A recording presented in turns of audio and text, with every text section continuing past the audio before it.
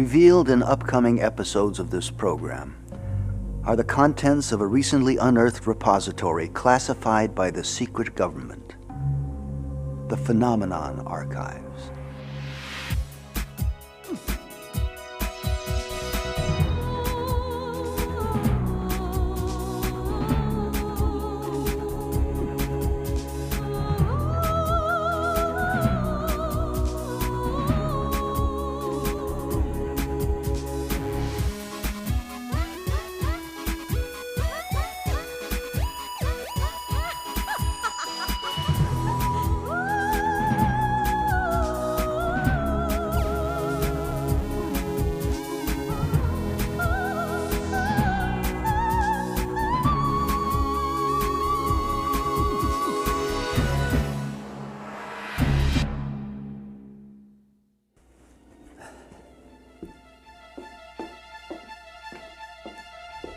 Noted author H.P. Lovecraft wrote, "The oldest and strongest emotion of mankind is fear, and the oldest and strongest kind of fear is fear of the unknown.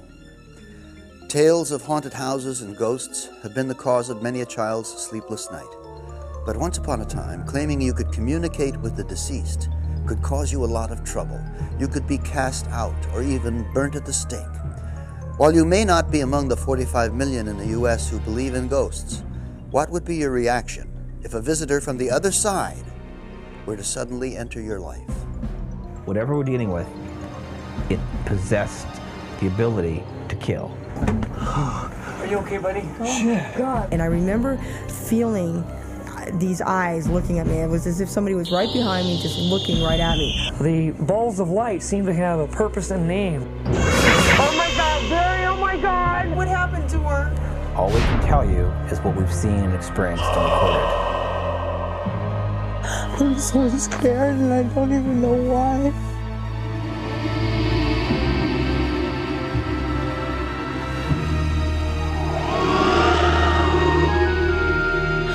I'm so scared.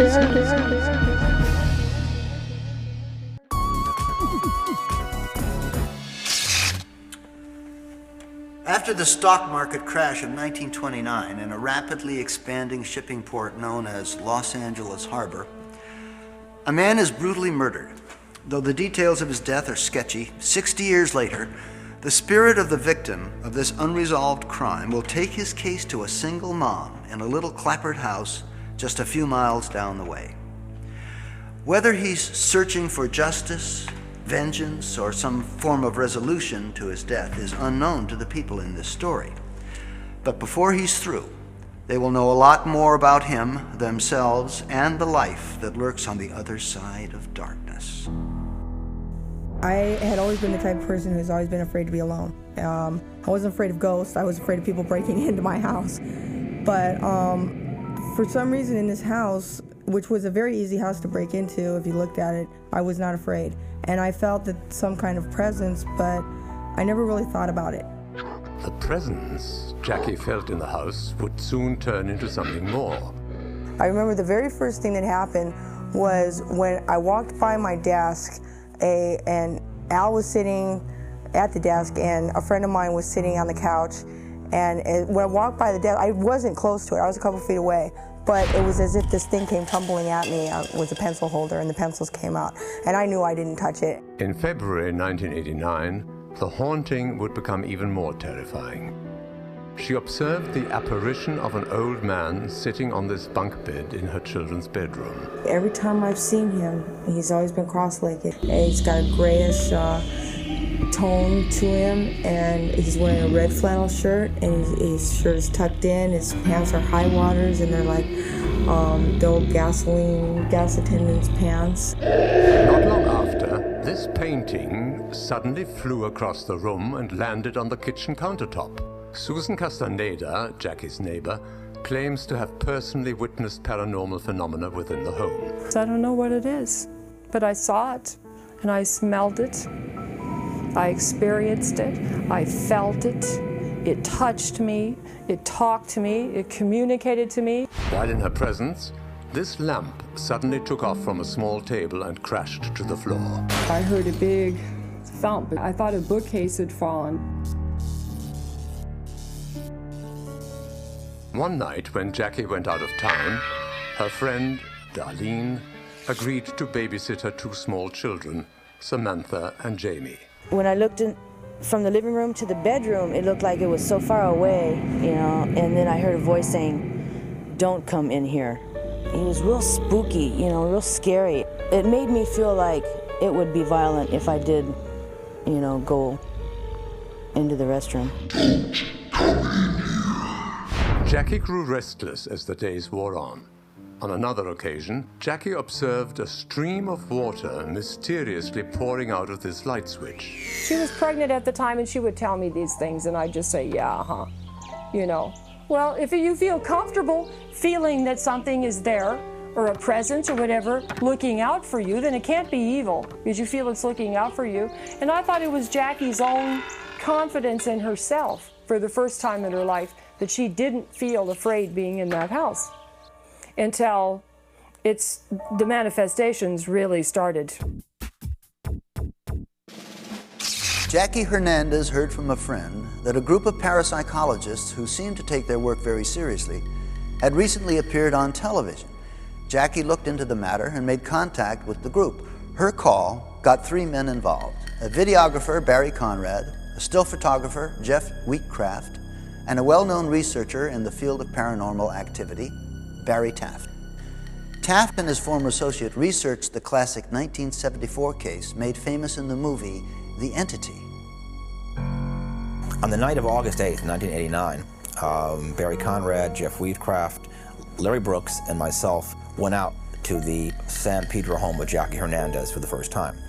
And we interviewed her at great length. The cameras were set up. We did some shooting, a lot of walking around the house to see whatever we could feel.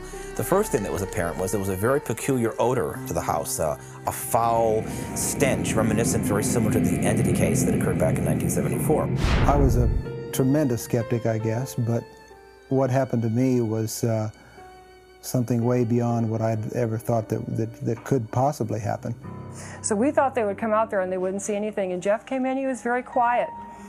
And I didn't even know he was a photographer until they interviewed us, and we told them everything we'd seen it to that point, and then they decided to walk through the house. I'm sitting there listening to her interview, and she's talking about disembodied heads and things in the attic. I felt something behind me, so I kind of like, I turned real quick, and as I turned, there was a head, and it was just a head, and it was coming for me, right towards me, and I just freaked and just fell. And I'm thinking, yeah, right. You know, very doubtful that anything like this would actually occur, that anybody would see it. And that's when I ask, you know, let's see the attic. Let's go up there, or at least open the attic door and see what we can find. Fascinated by Jackie's account of the disembodied head, the group decided to inspect the house. Just above this laundry room is the entrance to the attic. Jeff Wheatcraft decided to go up and shoot a couple of photos. I went up into the attic and checked it out. It's a very small attic. It's very simple. There's nothing up there, basically. But you know, as I walked around, I felt like there was something looking at me. You know, you get this feeling where something's looking at you or something's behind you. Larry Brooks asked him what he would think about going back up into the attic and taking shots with his camera over his shoulder. I started clicking off some photos. It was dark, totally dark. I fired first, I fired second, and just as I fired into the third frame, something pulled this camera from my hands. And we all hear this scream. We hear Jeff just this loud scream, and everybody, you know, instantly runs to the kitchen, which is right there by the laundry room, and we see Jeff. Jeff comes out of the attic, and he looks as white as a ghost himself. He was shaking. I go back up there with lights this time, with a flashlight. I don't see my camera in the position that I was. I look back in the corner. All of a sudden, I see just the lens sitting there. In the corner, in the other corner of the attic, was the body of the camera lying upside down with the lens port laying straight down into a box, just an old crate that was in the attic. When Barry Conrad went up with Jeff into the attic that night, a couple things had happened. First, his camera would die as soon as he went up into the attic. It would just quit. But when he brought it down, it would work. It wouldn't work up there, but it would work down below. And the other thing that happened, apparently, right in front of Barry Conrad, Jeff was pushed by this thing. And I felt this force pushing my back, like a huge hand just pushing my back. I witnessed it, right? And you were right there. Barry was looking directly at me, and he saw my face. I saw his body kind of shaking. He grabbed onto a rafter. It wasn't like somebody just touched you. It was like a push, a bony hand that pushed me down. Right in here, he was probably like right here. And I didn't dare look behind me. I was frightened at that point, and I didn't dare look behind me. But here Barry's looking at me and wondering, what in the world is going on? A few moments after Jeff and Barry left the attic, loud pounding noises began to emanate from the ceiling. And the whole feeling of the room just changed. It went from all of a sudden from being just an interview to something that was actually happening. I mean, this was actually happening and nobody could explain it. What happened? It's something grabbed that out of my hand. I'm not kidding, somebody grabbed the whole thing out of my hand. Just now. It grabbed the whole thing out of my hand. Yeah. Okay. Hear it? Hear it? Walking back and forth up there. It is walking, definitely. Yes.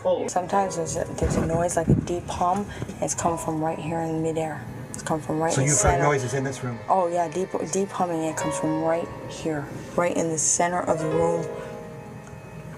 And there's nothing here. Were you ever pushed that hard? Boy, that thing pushes hard. I was pushed hard. I was pushed hard on 2 occasions, very hard, where I could feel the imprint of the hand on my back.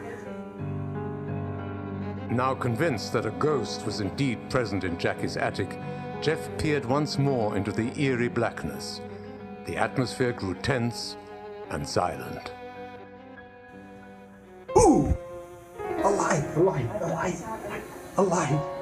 I get on top of the wash machine, I'm looking up into the attic, and I see 3 flashes of light. I saw the bright light, probably about as big as this lens opening here. And then the last thing I saw was a pinpoint, just a real little pinpoint of light. Then, after the 3 flashes of light, I'm thinking, maybe I'll see something more. All of a sudden, it's dark, and I see a black mass moving in the attic. What? So again? What? There's something moving in the darkness, and I can just see it move. It's huge. Barry, you said you saw something moving in the darkness. So I want to get up here, and can you put your head through? There's the light again. But recently it's been getting a little bit destructive, and tonight was the most active it has ever been. It's fearful of something. It doesn't want you to be here. I can sense that.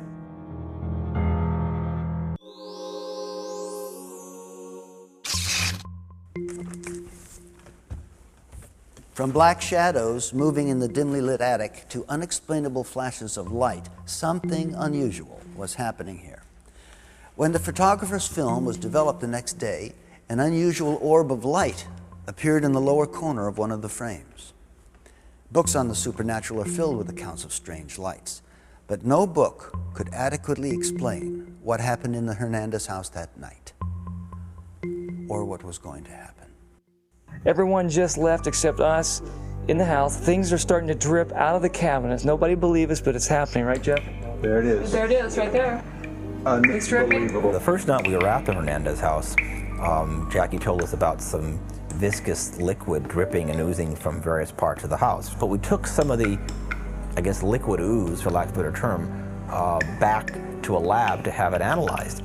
Upon analysis, it was determined this was human blood plasma with a high copper and iodine content, and it was male blood. It's dripping. Over this. Right now. Right down here in the corner, Bob. They tried to figure out a logical solution for, why it was happening, or possibly coming from a pipe, or what it could possibly be coming from other than just the walls. But there was no logical explanation. We have no explanation for how this type of fluid, bodily fluid, could be present anywhere outside of a human body, except perhaps in a laboratory. How it got in the walls, we know for a fact that there were no bodies stuffed in the wall. This sounds like a bad movie, it sounds like a bad novel, but this was anything but, and it occurred repeatedly. It wasn't just one occasion. Barry, this is Jackie. It's 10:30 Monday morning. I got a picture of it. I think I got about 3 or 4 good shots of it. It's going around on the kitchen ceiling, and there's a light film of smoke up there, and I don't know where the smoke is coming from, but I got the lights that have been zooming around. There's been light beams dancing around on the ceiling, and then there was also a shape form. There's a little light that was going around and around and around real fast. And by this time it was all clumped here, and it would divide and it would go back together, and it was like little jelly balls. Pretty soon, they were going like little kites or little fishtails, pollywogs, just real super fast across all the way across over here and back, arching. When the balls of light were on the ceiling, it was very frightening. I had just woken up from a night's sleep, and I looked up on the ceiling, and there were these lights flying around, and my first reaction was like, oh my God, what is this? What is this? I want to get out of here. And in the meantime, Jackie was just taking pictures. Jackie took the film to this photo lab. Chuck McAdams and Martha Houston, owners of the shop, were skeptical when Jackie told them her story. But looking at the prints and what we've seen from it is weird. I mean, the patterns and the lights that we saw from this is a little unusual. It's not that you can say this is a particular item, but it doesn't really match what should be in a print like this. They were very bright and luminous. All the blinds in the kitchen were shut, so it wasn't from the outside sunlight. They were round and just like they looked like they would jiggle, and they would move around a little bit and break apart and come back together. I heard it breathe last night. Awesome. You heard it breathe again, huh?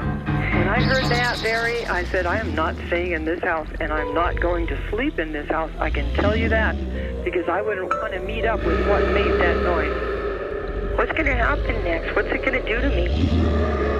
You know? It's getting very hard to even be here. I feel like just packing up the kids and going to Texas right now. I'm really scared. Up to this point, professional curiosity was what kept the research group involved. But after what you're about to see, the haunting in San Pedro became more than just another ghost story. In fact, for photographer Jeff Wheatcraft, it became a matter of life and death. Right now I'm feeling totally drained, totally tired, and totally on edge, and I feel like going up there and killing it again. I'm about to snap on it, and then it'll probably snap back. I couldn't take being in that house any longer. Barry had spent a few nights over at the house trying to investigate it more, and he was exhausted. I was exhausted, and he left, and that day, just things started happening. We receive a frantic, and I do mean frantic, call from Jackie Hernandez. I'm not staying here, Barry. I'm out of here. I gotta get out of here. I can't stay here. The objects were being thrown across the room. The kids' toys were being levitated off the ground. I was just ready to just jump in the truck and just drive until it ran out of gas, because I had no money at that time. I just wanted to get as far away from the house as possible. Jackie? Jackie? Hello? You just cut the line. What happened? Are you guys there? Are you guys there? Yeah. You know, she won't get any sleep. We better go down and get Jackie? What? We're gonna come down and get you. Okay? Okay. All right, we're coming right now. Okay, hurry, please. I don't know how long I can stay here. We're leaving right now. Okay. When Barry and Jeff got there, I thought that they were going to come pick me up and we were going to leave. That wasn't the case. They get out of the van, they had their video equipment, and they come running in like they, were going ghost busting.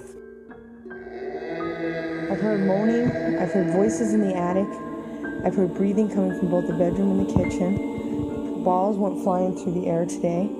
A book went through the air today. just like a frisbee. The door closed on me, slammed on me all of a sudden. Well, I met Barry Conrad in high school. I was a freshman, he was a senior, and we became friends then, and were friends for some years after that. And I just happened to be part of this crew, and just happened to be there on the night when this phone call came in. And looking at it now, I still don't know what to believe. I just know what I had seen and experienced, and there were things that I'd certainly never seen before and couldn't be explained by any ordinary science or anyone else. At first glance, everything seemed calm. After carefully checking the bedroom and bathroom, Jeff and Gary decided to venture into the attic. Well, I guess I'm going to go up, and then Jeff's going to come up and check out what's happening tonight. Jeff, you okay? I'm fine. I feel a little queasy about going up there, but then I guess I'll go up. If I got a partner, why wouldn't it be so bad? It was the first time in nearly a month that Jeff had been to the house. Memories of that night undoubtedly still haunted him. Memories of an invisible presence. A presence which had literally touched him. Barry had the video equipment downstairs. He was ready to come up. I wanted to check around the attic just to see if there was anything unusual that had been moved or anything that had been placed around or whatever. At 12:50 a.m., Wheatcraft and Boehm climbed into the attic. As Jeff and I entered the attic, I remember feeling maybe just a little bit apprehensive, not really knowing what to expect or expect anything at all. It's a wimpy thing. It comes out when I'm here alone, and then when people are here, it doesn't come out. We only had two things with us. Jeff had handed me a camera, just a small little 35mm camera, and Jeff had a flashlight. Barry, on the other hand, did not go up into the attic because since the first night that it messed with the video camera and wouldn't work up there. I remember spending probably just maybe 5 or 10 minutes up in the attic. All of a sudden, Barry Conrad looks up into the hole and he says, "I think there might be something happening down here. We hear something." There was a sound in my left ear, and I'll never forget this. It just sent chills down my spine, and it sounded like someone snapping their fingers. It was just as plain as day, and it sounded just like this. What's it doing? Jeff, Snapping. I fully intended to come back here and tell you I didn't think this was a good idea for you to go up there. Just like that. Just like somebody just snapped their fingers right in front of your face. And I looked at Barry, who had the camera, and I looked at Jackie, and Jackie looked at me. We all looked at each other like, who did that? Who did it? And all of us at that instant said, "It's down here, come down, come down, come down out of the attic," because we were very frightened. After Conrad shouted for them to come downstairs, Boehm approached the opening. Wheatcraft, still near the center of the attic, prepared to take one step. It was the one step he'd never forget. What's wrong? What happened? There was a momentary space in there where everything went black. Jeff Wheatcraft was physically attacked in this attic on September 4th, 1989 by an invisible force that actually pulled him up onto a nail protruding from a rafter beam and actually tried to strangle him to death. I don't remember being lifted up there, but I was actually hung. We had a horrible time getting Jeff down from there, and those were very anxious moments that passed because we didn't know whether to go up. We knew something happened. This isn't a good idea. This isn't a good idea. This isn't a good idea. He was over like at a 45-degree angle, and he was entirely wrapped around one of the slats holding the roof up. I mean, his legs, he was like basically off the floor because his legs were wrapped around this beam. It was like he was like wrapped around there holding onto this thing for dear life. The expression on his face, though, indicated almost like he didn't even know what was going on. That was like one thing that impressed me about the expression on his face. And can you imagine just coming out of that dark space of time that I lost? I mean, I felt so out of control.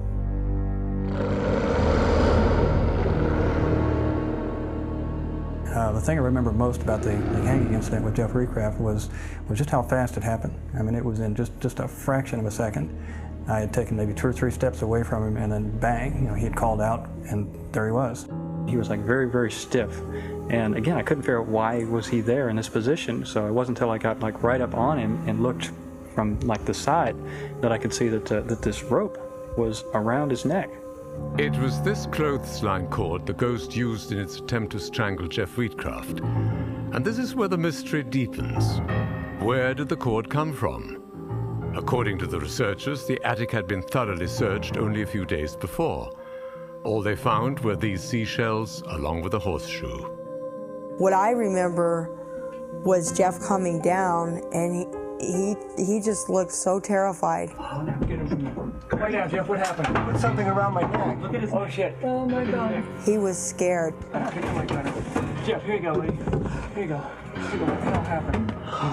Are you okay, buddy? Oh shit. God. Look at his neck. Look, Jeff, come on. What's behind your neck? I don't know what's on my neck. Like a Come on noose. down. Come on down. A piece of rope. Oh shit. Gary, get down out of there, buddy. I knew you should. Can you find my glasses? Gary, Jeff, Look at this. Look at Jeff, this. turn the camera. Jeff, are you okay? Jeff, I'm fine. Jeff, tell me what happened, buddy. Well, I don't know, Gary. I told Gary that there was nothing happening up there, and he turned around and came. He was coming this way. All of a sudden, I feel this thing around my neck, and it's got me hanging, and it's pulling on my leg. You were hanging? Yeah, I was hanging. Gary had to bring me down. What has happened, actually? I'm pulled to the side of the attic, and there's nobody up there, and I know that Gary's standing there, and you know, he has nothing to do with it. He's at a distance from me. I see the flash from his camera, I remember that. And I know he said something to me, but I don't recall exactly what he said. Look at this.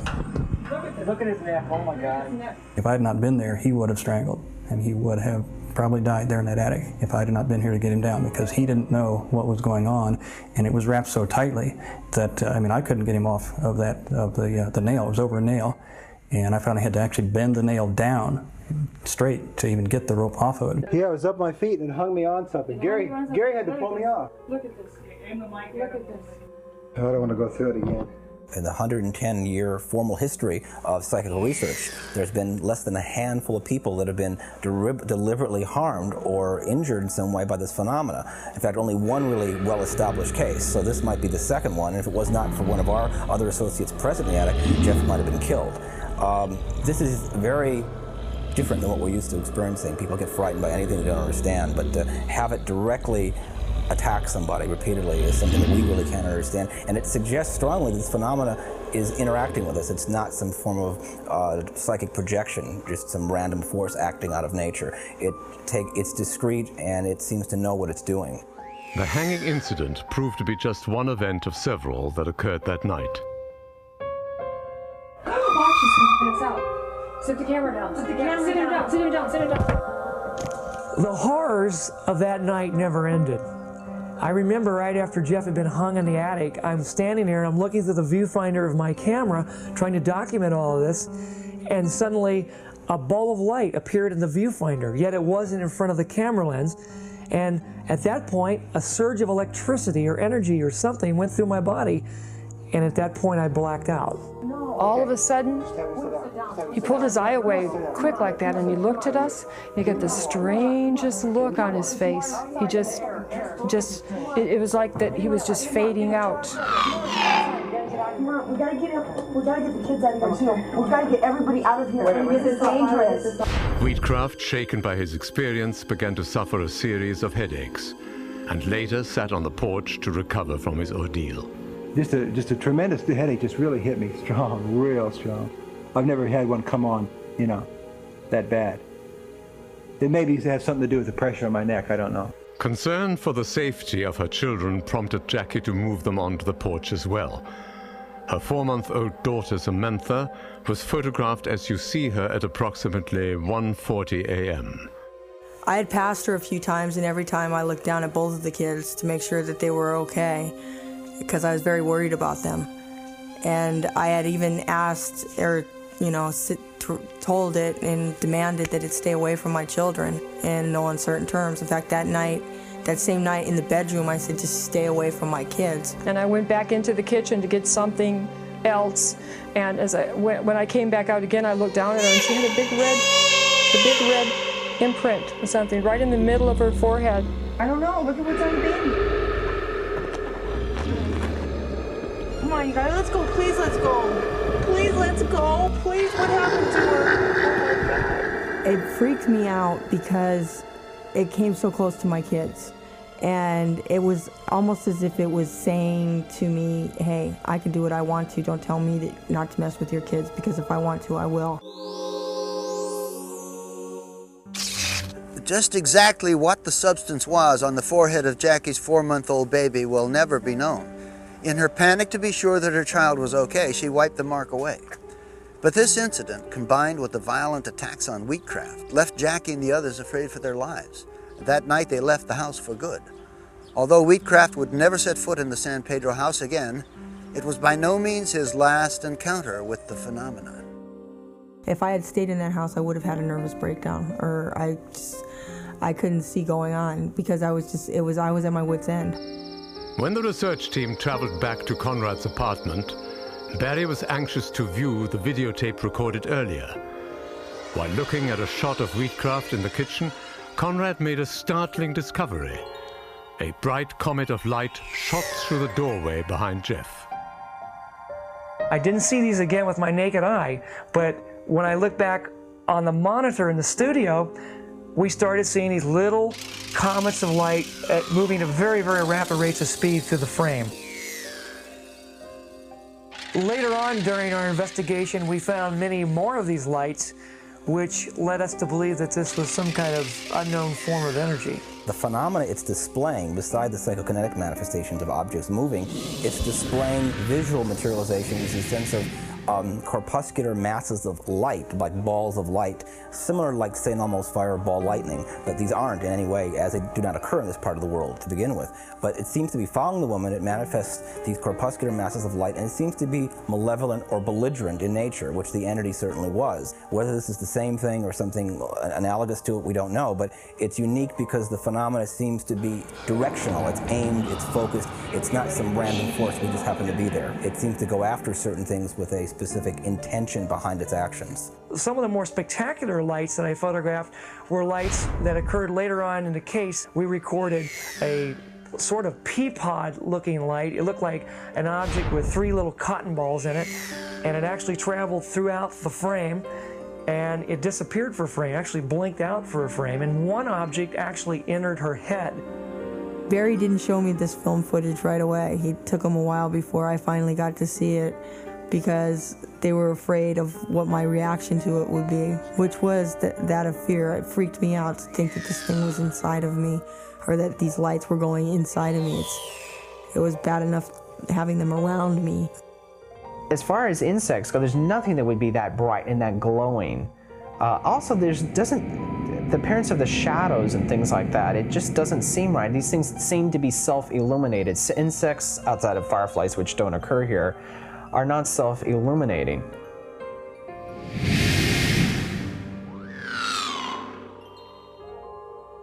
These lights are much more focused in a line. They curve very, very easily. Insects tend to be much more herky-jerky, more scattered in the way they go, tend to flutter much more, and go slow and fast at the same time. This was very constant in its speed. Parapsychologists believe that these lights may represent a major breakthrough in the study of ghosts. The most, I guess, impressive thing that I saw in all of Barry's tapes that I saw was this phenomena of these streaks of light. Basically taking all of them into account, and I saw maybe 2 dozen or 3 dozen events over maybe 6 hours worth of tapes, is that there's no real logical explanation for them.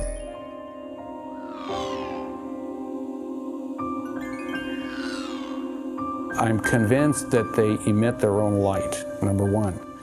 They all have a very smooth flight path. Bugs, insects are very jerky in their motion. These were all very well-defined paths. They all had basic characteristics that were common. I personally, looking at them, cannot explain what they are. Both emotionally and physically drained as a result of her ordeal, Jackie and her children were forced to leave their home. She moved to Weldon, California, nearly 300 miles north of San Pedro. Jackie felt a certain sense of serenity as she and her family adapted to life in this modest mobile home. Set amidst the foothills of the high Sierras, Weldon seemed like a perfect place to raise her children. But all of that changed in April 1990 as her worst fears were realized. It started here in this storage shed. Bizarre scratching sounds seemed to emanate from the structure in the middle of the night. Not long after, she began to see the weird lights again. And then, in late March 1990, this bedspread in her daughter's room mysteriously caught fire after Jackie and a friend had sighted an eerie black shape floating in the hallway. As was the case in San Pedro, Jackie's experience with the poltergeist would be shared by her new neighbors as well. And we heard 3 knocks very loud in the baby's bedroom, and it was like a force was trying to get out. And it would go 3 times and it would stop, and it would go 3 more times. And I was freaked out. When it got dark and I was alone, I still would have to wrestle with myself, and I was still going through the ordeal, I guess the after effects or whatever, of what had happened to me before. I was still traumatized, I guess you would say.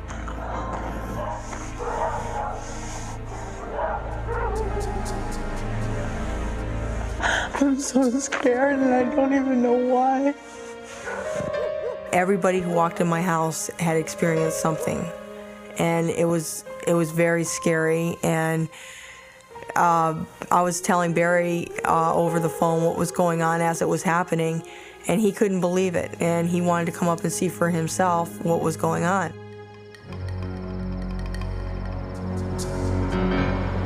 I guess a lot of people have asked the question, if you were hung once and all the things that happened to you down in San Pedro, why on earth would you even think about going up to Weldon to follow this woman and her ghost?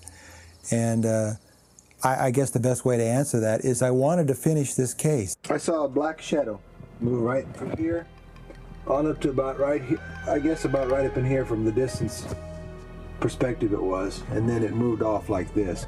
So it came up like this, moved up like this. Right behind you I saw like a purple, like violet flash of light, and then it's just like flash, and that was it.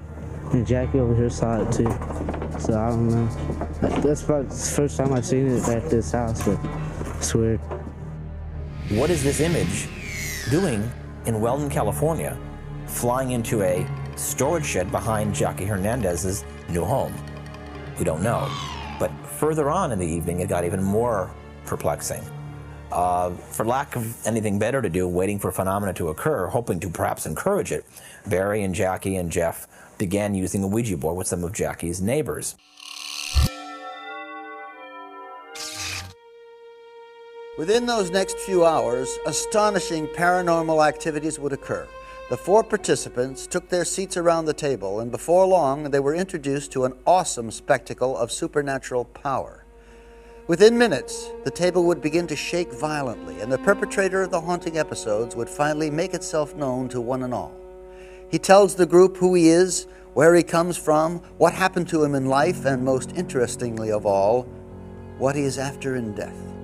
The information he gives helps Conrad and Wheatcraft uncover important information about their phantom aggressor. Right away, things started happening. The table started shaking. It started answering questions so fast that you had to write down the letters, and we didn't know what it was saying until after all the letters were written down and we could put together the words that the letters formed. We received more than just messages from this entity. There was a whole range of psychokinetic phenomena at work in this room. At times it would shake very violently, and the candles would flicker on and off, and it was just strange. And I seen that pointer on the board moving around, and everybody could barely keep their fingers on it. This thing actually communicated in full sentences and words. I have never seen anything like it. I've seen people play the Ouija board before, where maybe you get just a couple letters here and there that are similar to something that you can kind of make out. This thing actually spelled perfectly, correctly, special words, everything was perfect. During the Ouija board session, the entity actually answered questions asked by the group.